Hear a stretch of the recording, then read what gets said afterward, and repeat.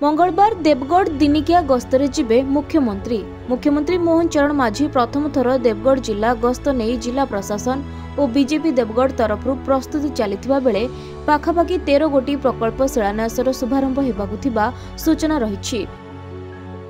आसंता काली माननीय मुख्यमंत्री को देवगढ़ जिला गस्त परिप्रेक्षी में जिला पुलिस तरफ व्यापक पुलिस बंदोबस्त कर से जो नूतन जो जिला मुख्य चिकित्सालय गृह उद्घाटन कर कार्यक्रम रही तेणु हेलीपैड मीटिंग प्लेस एवं सर्किट हाउस एवं जो डीएचएस जो नूतन कोठा गृह उद्घाटन कर विभिन्न सीनियर सुपरवाइजिंग ऑफिसर एवं महिला पुलिस ट्रैफिक पुलिस एवं आमर रूट लाइनिंग सबु पर्याप्त व्यवस्था करा जायछि। केंद्र रे नरेंद्र मोदी को सरकार एवं राज्य रे मोहन माझी को सरकार एक अमृत महोत्सव वर्ष रे चली यही अवसर में आमर मुख्यमंत्री मोहन चरण माझी एक वर्ष पूर्ति कार्यक्रम शेष होगा उपरे एवं यही पर्याय रे देवगढ़ जिला को मुख्यमंत्री को यह प्रथम गस्त यही मुख्यमंत्री का प्रथम गस्त अवसर में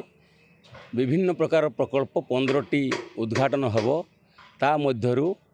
देवगढ़ सुपर स्पेशलिटी हॉस्पिटल अन्यतम जो थे कि देवगढ़वासी जहाँ समस्तंकर आवश्यक थिला जे एक सुस्थ वातावरण भितर एक बड़ डाक्तरखानार सुविधा पाइबार सुविधा आज ताहा आसंता काली ताहा पूर्ण होगा जीव एवं तार 10-12 दिन भितर यही मूल डाक्तरखाना से डाक्तरखाना को स्थानांतरित होला परे देवगढ़वासी बहुत आनंदर सहित स्वास्थ्य सुविधा पाई परिबे।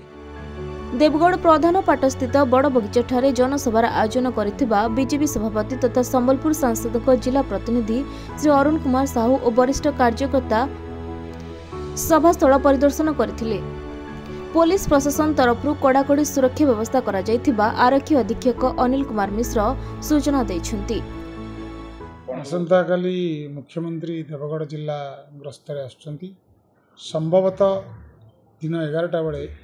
सी एठी पहुँचे आमर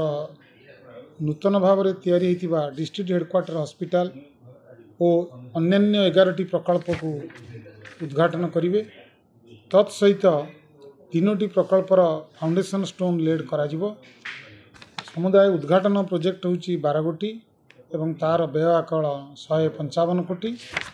एवं जो गुड़िक लेइंग फाउंडेशन स्टोन अच्छी तांकर समुदाय व्यय अटकल होची 44 कोटी। देवगढ़ देवानंद नायक रिपोर्ट खबर ओडिशा।